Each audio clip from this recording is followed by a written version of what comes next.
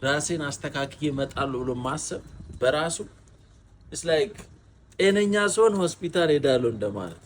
ግን ሆስፒታል መሄድ ያለብን ስንታመም ነው። ከነ በሽታችን ከነ ህመማችን ወደ ሆስፒታል ምን ሄደው። ልክ እንደዛው እግዚአብሔር ጋር ስንመጣ ነው መፍትሄ የምናገኘው። ከእያንዳንዱ ነገራችን ከበርደናችን ከተለያየ ኃጢአታችን ነፃ የምንሆነው። የጠፋው ልጅ ትዝ ይላችኋል?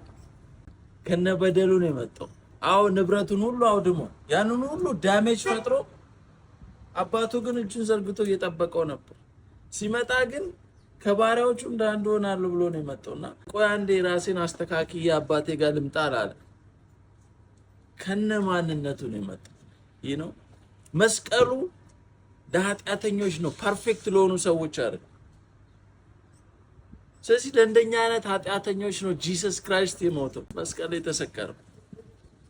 እዚህ የትኛውም ሁኔታ ውስጥ ያላችሁ ሰዎች ከነ ማንነታችሁ እየጠበቃችሁ ነው እጁን ዘርግቶ ይሄንን አስተካኪ ይሄንን ፊክስ አድርጌ እመጣለሁ ሳይሆን ከነ ማንነታችሁ ኑ ወደ እግዚአብሔር፣ ከነ ሁኔታችሁ ኑ ወደ እግዚአብሔር።